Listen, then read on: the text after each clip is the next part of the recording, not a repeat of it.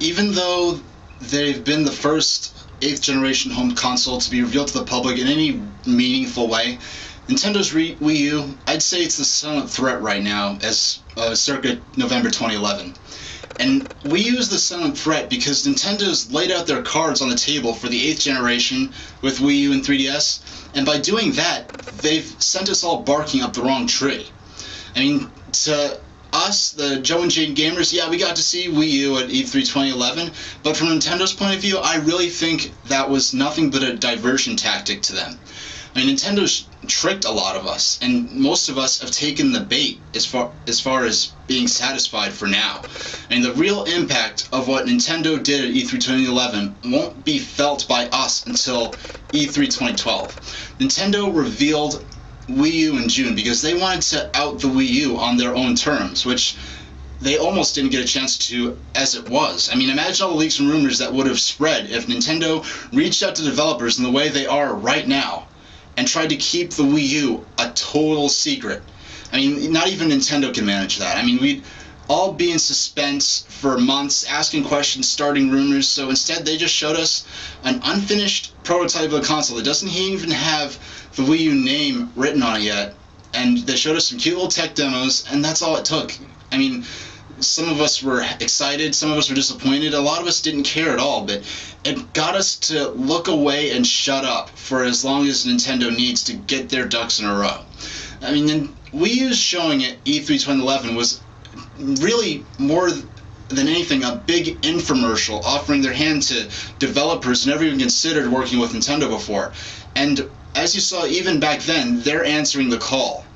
Be they gamers, developers who haven't worked with Nintendo before, or developers who've worked with Nintendo but in a limited capacity with the Wii and the DS. And basically, in the next-gen arms race for the 8th generation, Nintendo showed us their new cannon. But the A-bomb it will fire, that's still under lock and key. I mean, we haven't seen what the Wii U's true form yet, and I believe, you can trust that whatever secrets remained will be kept. I mean, remember how not a single person outside Nintendo knew the name of Nintendo's 8th gen home console before Reggie uttered the words Wii U on stage last June. Nintendo knows how to keep their secrets safe, and because of that, even though all the pieces are already in view, none of us will really be able to put it together entirely until E3 2012. But like I said, before E3 2011, I looked at what was going on, and I said that the nature of the game selection on Nintendo's console and the developers working on Nintendo's console would change radically, and I turned out to be right. It's really not just going to be Mario and Pikachu carrying this system for the fans of the first-party Nintendo mainstays. A lot of hardcore gamers right now, they really believe that the Wii U is just a late-coming 7th gen, current-gen system with a gimmick controller, and really, if you ask yourself, at this point, can you blame them for thinking that? Plainly speaking, the Wii U looks out of place and underwhelming and underpowered for now, because a lot of them are still thinking of home console cycles in the old way, but those rules aren't going to apply in the 8th generation anymore. Nintendo's really engineered Wii U as a new species of home console that's evolved to thrive as the entertainment system of a new age and not the current age. And the waters going into next generation are rising. Nintendo needs to really evolve and become amphibious to come out of this with a heartbeat, and a bigger and badder console, a bigger and badder beast, is going to make more noise and leave bigger footprints, but it'll sink beneath the waves as the waters keep rising. I mean, think about the fact that for 5 consecutive hardware cycles, for all of recent memory and back beyond that, for 5 or more cycles, each generation of home consoles has effectively doubled the performance of the one before it. And that margin for improvement has to be narrowing. It can't continue forever. It's going to hit the wall sooner or later, and when it gets to that point, you can either change direction or you could crash right into it. And if the home console market crashes again, there may not be any coming back this time. I really believe that the time when a new console generation is going to be defined just by an upgrade in horsepower is over. I mean, if you think about the fact that this current 7th generation in the home console cycle, it'll have been going on for 7 years going into 2012. And the 5th and the 6th home console generations, replacement for those respective systems were on the market in as little as 4 years from when they first launched. This generation has gone 2 years longer than that and counting. If Microsoft doesn't come out with a next generation Xbox in 2012, they'll have been pitching the Xbox 360 as their flagship console for 7 full years. And the fact that the 7th generation has gone on this long, to me, is a sign that the old way of running the console business is beginning to fall by the wayside. And if that's what's happening, all the companies, they have to be scrambling behind the scenes to figure out how to proceed into the 8th generation.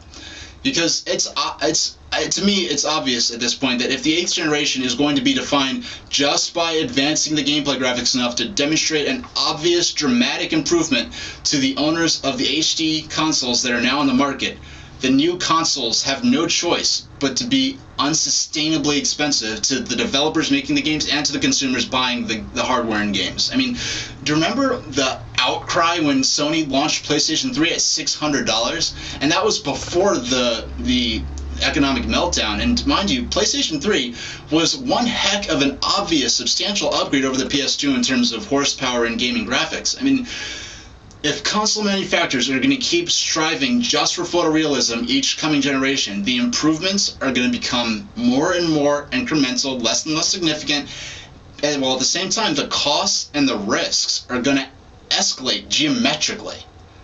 I mean, the Wii U is still poised to launch next year as the most powerful HD console available, but the Wii U's experience, what it's going to provide, is not going to be defined by an improvement in horsepower.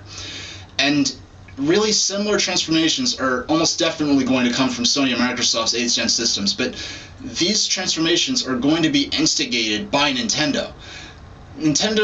What Nintendo showed at E3 2011 really redefined how the 8th gen consoles will identify themselves even before that race got started. I mean, remember before, at the dawn of the 7th generation, when Sony's sort of knee-jerk reaction, adding the 6-axis capability into the PlayStation 3 controller, as soon as it was apparent that Nintendo's freehand motion control is going to make a major impact on the 7th generation, and you could guarantee that the 8th gen systems from Microsoft and Sony, they aren't going to pull any stops. They're going to probably be doing stuff, incorporating different features and technology that's going to make what they call gimmicks on Nintendo, those are going to seem conservative in comparison. Because that's what good competition does. It forces things to advance and to evolve. But really what the revolution of Wii U really started back in the GameCube era and the planning stages for Wii, because Nintendo built Wii with the intent of it being relevant to every aspect of the user's lives. Like, I mean, think about the message board, the photo album, the news channel, the weather channel, the web browser, and the Wii Connect 24. That all played into that ideal. But to expect anyone to turn on the TV and to take the time to allow those functions to manually update every time they turn on the system and waste time they should be spending watching TV or playing games, I mean, especially if they aren't hardcore gamers, that's wishful thinking. It's basically not going to happen, even for me, like, you know, who the biggest Nintendo enthusiast out there. So those aspects of the Wii went underutilized. But the interesting thing is, when they first showed the Wii U at E3 2011, and those interviews that came out between Iwata and Miyamoto, we now know that Miyamoto proposed a wireless screen to be bundled with Wii to allow all those features to be accessible without the user needing to turn on the TV. And they actually experimented with technology along those lines. It just wasn't matured yet. I mean, imagine all those functions of the Wii channels: weather, communications, internet, gaming, news, all on a touchscreen portable device. And that sounds a lot like the tablets and smartphones of today, but Nintendo conceived of that in the planning stages of Wii. I mean, this is 6 or 7 years ago. That's before the iPhone was even thought of, let alone the smartphone and tablet revolution that we now see with the Android and iOS devices. Nintendo, they've been preparing to compete in this age since the iPhone was just a rumor, and that the tablets as we know them, they weren't even considered yet.